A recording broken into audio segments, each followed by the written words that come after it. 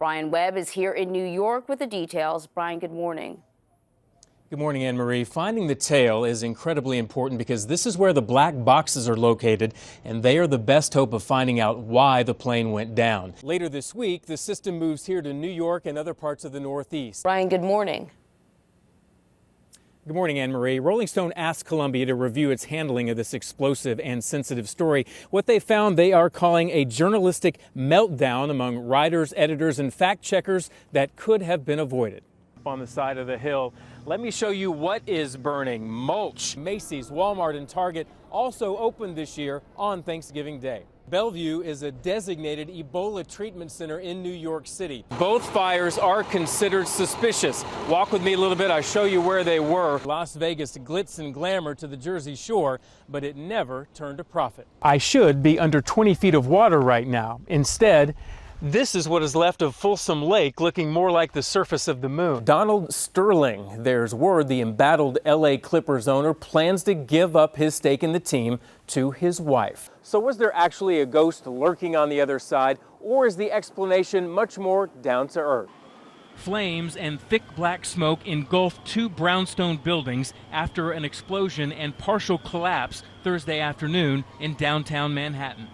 The explosion happened in a 5-story building that housed a sushi restaurant on the first floor and apartments on the other floors. Patrick Nersessian was 5 blocks away walking his dog when the explosion tore through the building just after 3:15 p.m. I just heard this incredible, sonic explosion. I mean, it was like you could feel it. It was like reverberating. Peter Mancini has lived in the building since August. I was up at school and I walked past the TV and, I saw my building engulfed in flames.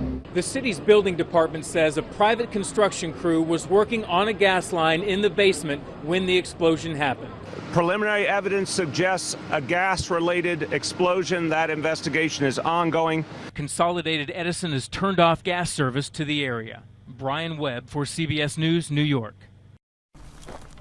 It's like a needle in a haystack. Folsom Lake is so dry, treasure hunters now trek the land where fish used to tread water. Just picked this thing out and decided to knock around and have a little fun. I should be under 20 feet of water right now. Instead, this is what is left of Folsom Lake, looking more like the surface of the moon. It's below 20% capacity and 50% where it should be this time of year. The lake hasn't been this low since the late 70s, losing 1,700 square feet a day. Drastic measures may be on the horizon for the 500,000 people who drink, bathe, and water lawns from the lake's supply. Our board will be considering a plan for implementing significant rationing if we don't get rain. In the town of Folsom, mandatory 20% restrictions are now in place.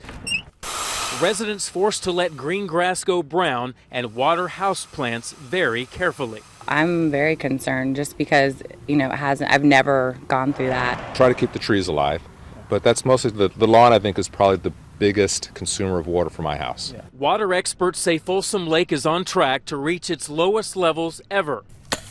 A lake bed so dry it's picked for hidden treasure, with the true treasure of rain still nowhere in sight. Brian Webb, KPIX 5. 2 women who call themselves the Revel twins wore matching T-shirts in tribute to the latest casino casualty in Atlantic City. We were here from the beginning. We needed to be here at the end. The nearly $2.5 billion Revel Casino will close Tuesday morning after going into bankruptcy twice since opening a little over 2 years ago. Revel's hotel closed Monday. Ronnie Dowling works at the resort but hasn't lost hope. We know that we have to all come together, work out the problems, and get organized and move forward. There are more losers. The Showboat Casino Hotel closed Sunday, and Trump Plaza will close later this month. A total of 4 casinos are shutting down this year, leaving 8,000 people out of work, almost a quarter of the city's casino employees. Revel was the hotel that was supposed to turn everything around. It was designed to bring Las Vegas glitz and glamour to the Jersey Shore, but it never turned a profit. Analysts say Revel alienated gamblers with a mostly smoke-free casino and no initial plan to offer Players Club benefits. The high rollers didn't want to come here. They stayed wherever they were. The Revel sign came down Monday. There's no sure bet on what's next for the building or the city. Brian Webb for CBS News, Atlantic City, New Jersey.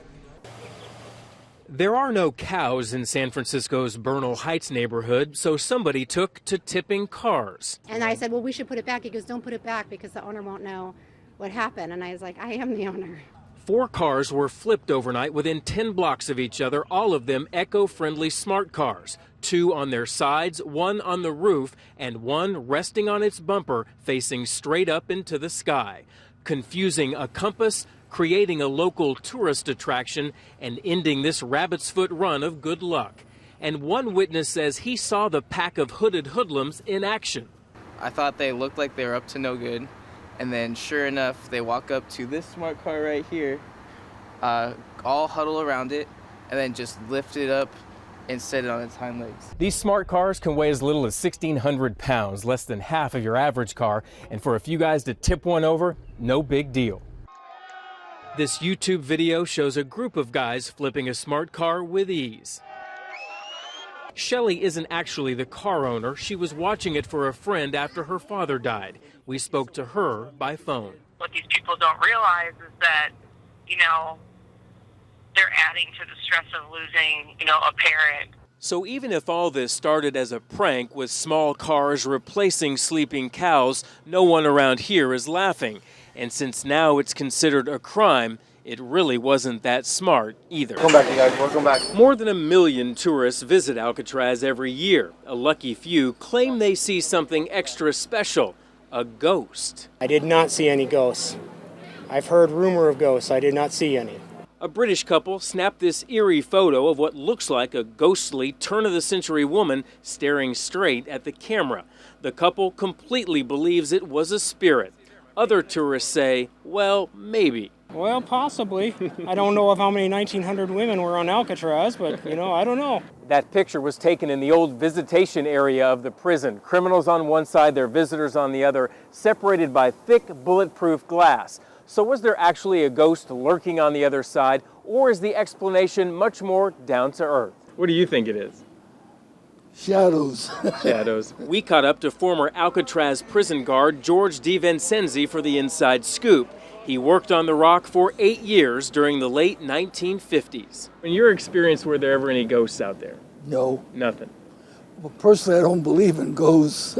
But that's such a great place for a ghost story. Yes, I imagine. In its 29 years as a federal prison, there were 8 murders on Alcatraz, 0 executions, and nobody was buried there. But still, the island's history is rich with ghost stories. It's possible, but how do we know for sure? And that's the thing about ghosts. What you can prove is less important than what you believe. Brian Webb, KPIX5. Developing news out of Santa Barbara, where police say a drive-by shooter went on a rampage near the UC Santa Barbara campus. 7 people are dead. Last night in the area of Isla Vista neighborhood was sprayed with bullets. It's an area known for numerous student parties. The sheriff believes the suspect was acting alone. He is among the dead, and another 7 people are hurt.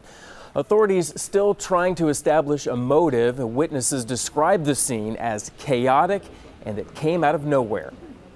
I think one girl was shot dead. The other girl was shot as well, but I think she's at the hospital. First time I saw it, I just ran away from my life, so I don't know any details. Police say the suspected shooter exchanged gunfire with deputies before crashing into a parked car. It's not clear whether he was hit by the gunfire or died from self-inflicted wound. One of the main defendants in the corruption scandal involving State Senator Leland Yee is getting an unusual show of support. KPIX5's Kristen Ayers shows us a fundraiser to free the man known as Shrimp Boy. Chow is still in federal custody. His attorneys say they'll be asking for a bail hearing in the next few weeks. He died more than a year ago, but were left at the county morgue. As Stacey Butler reports, those vets should have been buried, but instead were forgotten. The LA County morgue blames the VA for the oversight. A VA spokesperson says the morgue never contacted them about the issue. A Bay Area man is paying the price for having a popular name. On the Consumer Watch, Julie Watt shows us how a case of mistaken identity led to some major tax trouble. Smith has had some other troubling times with his name. He's had wages garnished for someone else's back child support, and he was arrested and put in the back of a cop car until police pulled a mugshot proving his innocence. If you have a consumer problem, go to kpix.com and send us an email. An ex-Oakland cop is under investigation. He's been collecting thousands of dollars in disability. At the same time, he's been performing dangerous and physically demanding work for the FBI. NBA Commissioner Adam Silver says he has the support of the required 3/4 team owners to force Sterling to sell. People who can afford a $10 million yacht in the first place are probably doing all right. All right. You could probably get a second one. Hopefully they salvage the champagne. Yeah, They're gonna that would need make it. them feel a little better. Well, thanks for